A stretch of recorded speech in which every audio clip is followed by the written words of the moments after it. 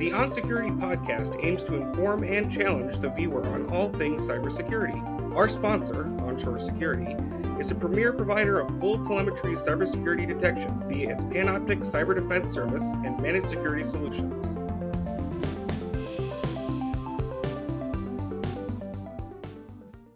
Welcome, everybody, to another episode of the Onshore onSecurity podcast. And with us today, we have Phoenix Fier, who is security analyst at Funko and on the board of advisors of Blue Team Con and the volunteer coordinator for Blue Team Con and up until, previously Circle City Con. We may touch on that. Thank you, Phoenix, for getting on board here. Yeah, thanks. You got it. We've been working together for a couple of years on Blue Team Con, so this is a comfy one. And Josh Ecklow, our producer at Onshore Security. Hi, everybody. Thank you, Josh. Yeah, well, we have a lot to talk about. I'd say this was maybe the toughest one to think about, like a topic that was, the right thing to talk about here. And I really do love to defer to the guest, but because of Phoenix and I have some workings together now for a few years and gotten to know each other on many levels, it's awesome. But there is something near and dear to Phoenix's heart, and that is the reason she's a volunteer coordinator, or at least like the leveraging a volunteer coordinator. Okay, Phoenix, I'm gonna let you say it. I think it's important to get new people into InfoSec, especially younger people or people who are transitioning from a different career. So I think that volunteering is a really good way to do that. And this isn't just in our field, this happens in a lot of other fields as well. But typically volunteering covers part of however much you would have to pay to go to an event. People who are new to InfoSec, they can't afford to go to InfoSec cons. These cons are very expensive. So if you volunteer to Blue Team Con especially, you'll get a free ticket. If you're local to Chicago, then you probably don't even need to get a hotel. So you can come to the event, you can help out, volunteer, meet people. We have some people who have shown up specifically to do this.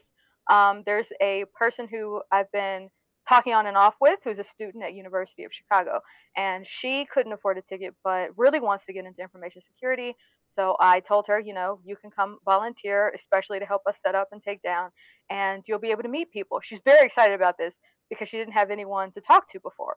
And this way she can ask questions from people who actually work in the field, meet a lot of new people, especially a lot of people who may be local or in even the Midwest area.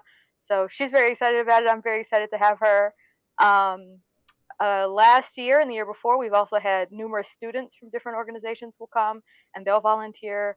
So I think it's a really good way for people who haven't been in the field to get in. There's also people who may be introverted.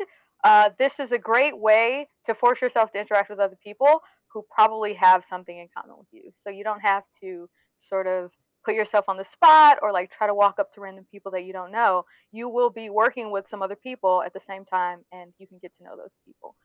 So I think that's good. Yeah, it's kind of like forced friends or like built-in friends. It's kind of like why people join fraternities, right? Like, I'm now part of the club. And but very unlike the typical fraternity, we are super, super committed to making sure open to all. We put so much effort at Blue Team Con to be diverse. We push out the stats and let people know what kind of involvement we have. Women, any group that's underrepresented. We're tracking, we're making it a point. And I want to do better. Certainly, we should do better. But tell us, you're at the helm of this. You're the benevolent dictator of the volunteers. What thought do you put into looking at all the the volunteer submissions, whatnot? What's the logic, or what's your goals there? Well, actually, a major thing we changed this year was there are people who feel maybe less comfortable in certain positions. So we started to accommodate that in the original sign-up form now. If, for example, you have a hard time speaking publicly, then you can write that on the form, and we won't put you in a position where you might have to get up on stage and speak to people. So, or if you can't stand for long periods of time, things like that. Basically, to make the experience a lot more comfortable for everyone, because we want everybody to be able to do their jobs. We don't want somebody to freak out because they didn't realize that they were going to have to speak in front of people and now they can't make it, or something like that. I will say that my pool of volunteers is extremely diverse. I don't have the actual numbers on it, but in terms of people of color and women, like the vast majority of people in this are of some form of minority. Some people are um, non-binary gender. We have a lot of women. Yeah, so I think that's really great because obviously InfoSec is mostly full of white guys, and so it's nice to have a little bit more diversity um, in the various events and in the volunteers, especially because if you're the only minority, it can get a little bit weird, a little bit awkward. So this way, you know that when you come in, there will be a bunch of other people who have similar experiences. Oh, for sure. Well, I mean, I know that every industry benefits from diversity. It's not just for we're including people. We're also like widening the pool. Let's call it a gene pool of capabilities and knowledge and backgrounds and whatnot. And infosec, I think, actually is a more hopeful place than many industries, let's say like coders and whatnot, because the bias that would exist otherwise, really hurts cybersecurity. There's all the people that get away with like facial recognition bias, can't see certain kinds of people's faces or whatever, something like that, and that's screwed up in all kinds of ways. Okay, but maybe they didn't give a crap. In infosec, the results of misunderstanding what's going on, not just at a technical level, from the things that like what kinds of threat intelligence or cultural sensitivities or whatnot. These things will affect governance and decision making. And I think organizations are more exposed if they don't open their eyes and understand what the world is, wide, and not just whatever white Europeans kind of thing. So we're making that progress, and it's people like you, who are making that happen, that have been involved in multiple conferences. Now, tell me, what are you seeing at the other cons? I mean, you've also volunteered, I assume, for other cons. So and you've been on the other side. I assume some lessons learned there, perhaps. But can you give us some thoughts about what you've experienced? Yeah. So Blue Team Con is one of the smaller cons that I have done volunteer related stuff with, and I think that that is helpful in not only building a community and making it easier to meet up with and share ideas with people, but also some of the feedback I've heard from our volunteers has been that it was a more enjoyable experience than, for example, DEF CON, which is a much larger organization, and so you're being worked quite a lot more hours, and you maybe don't get a lot of benefits, or maybe you don't get to go eat lunch or something. Whereas because it's a much smaller group, I'm able to like put shifts in where I know that people will be able to go off and go eat at some point or do things like that. So that's one big thing. It's just like the size and the time difference and commitment difference between Blue Team Con and a lot of other organizations. Also, I think that we do a better job, not necessarily a better job, but we are very communicative with our volunteers and with staff and everything. We make sure we have an FAQ so everybody knows what they'll be doing and when before they actually get to the event. Whereas I have worked other events where maybe there was less communication until like day of, until you're like actually there, and then it's a little late to just be finding out some things. Um, Mm-hmm.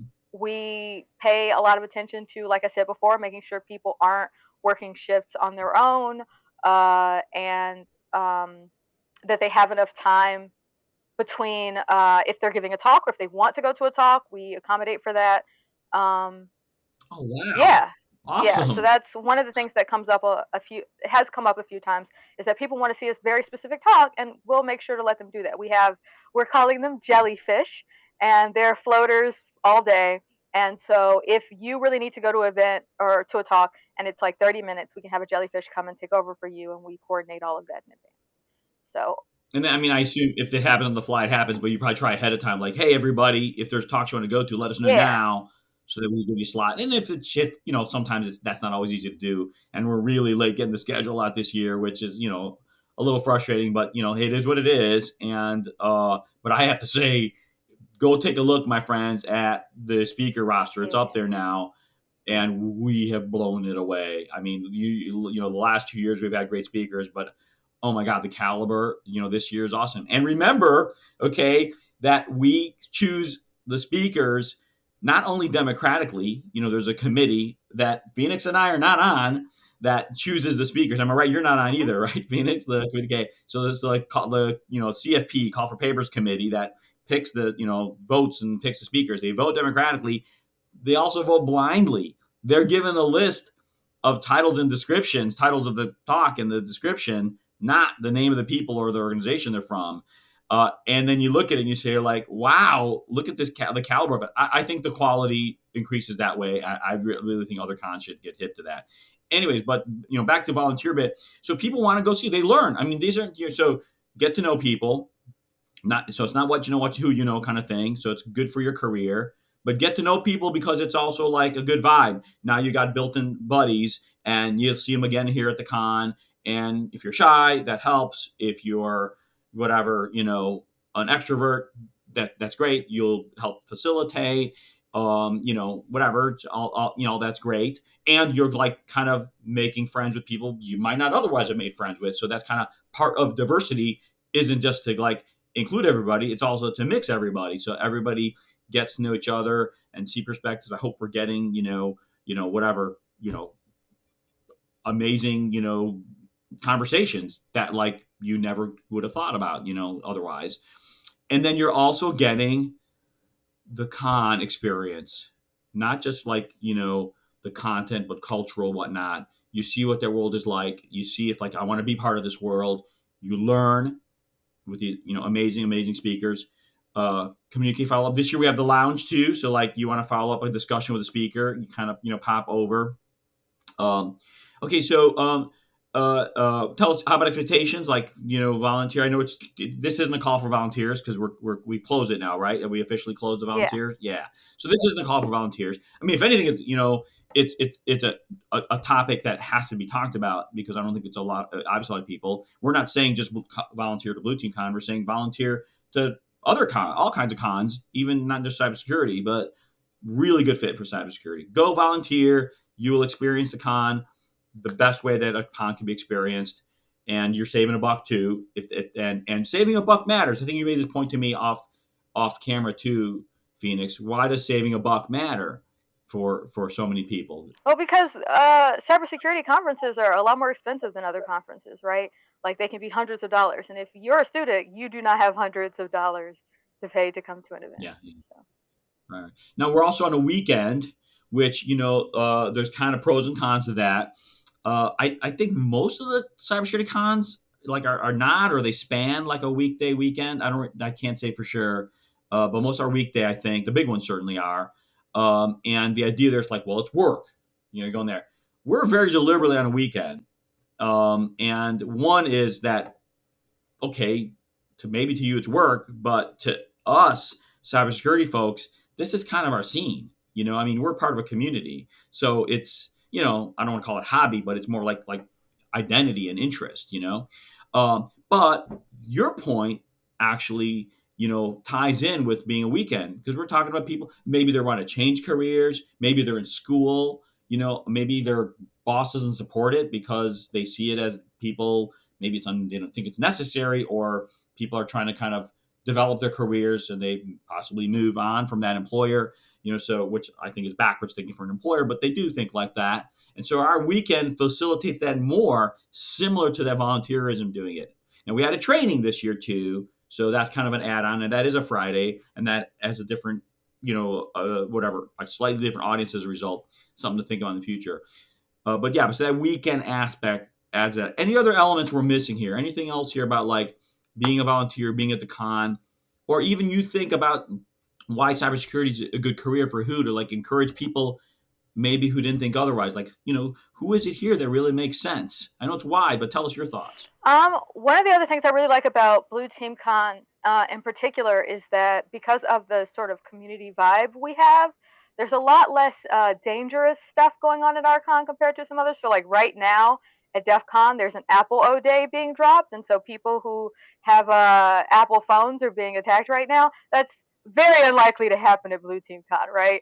So it's if you really don't have much experience and you don't know what to do, it's going to be a lot safer for you to come to a con like Blue Team Con than to go to maybe a more famous but less safe con. One of the things people used to ask me all the time, before Blue Team Con started, would be like, oh, I really want to go to a HackerCon, but like, can I bring my phone? Can I bring my laptop? And it's like, probably not.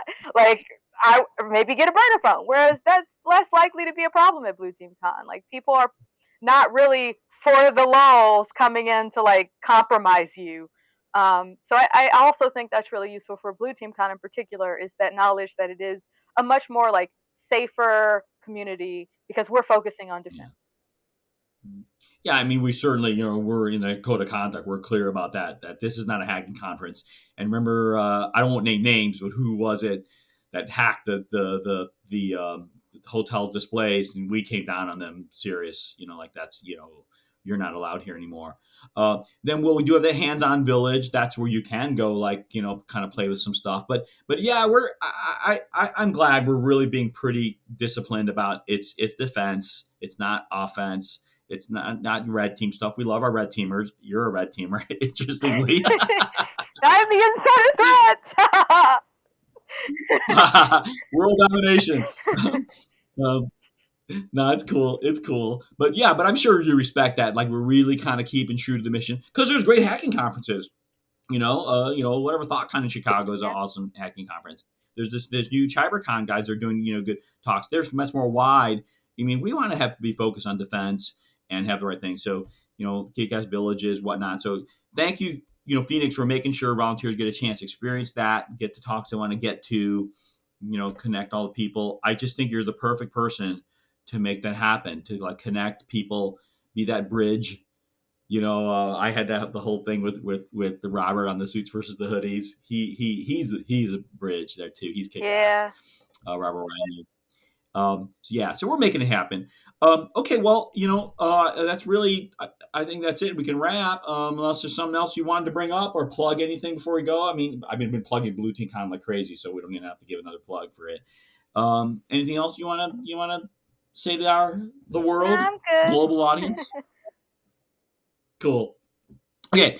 All right. Well, we'll see us soon at the conference, which, you can find a website. You want August 25th through 27th. But really, this conversation, this topic is way beyond just Blue Team Con. And even more than just kind of volunteerism. It's just that, Phoenix has, taken this lead role in making sure that we're leveraging what she controls, the volunteers in, a couple conferences, for not their inclusion, diversity, encouragement, and just, making the world a better place. Thank you, Phoenix. And I guess I'll see you in a couple weeks. Yeah, see you soon. All right. Thank you. And thank you again, Josh. Good day. See you at Blue Team Con. Yeah. Yes, you'll be there too. Just a few weeks. I'll be there. Yeah. I'm excited for it. All right. So long, everybody.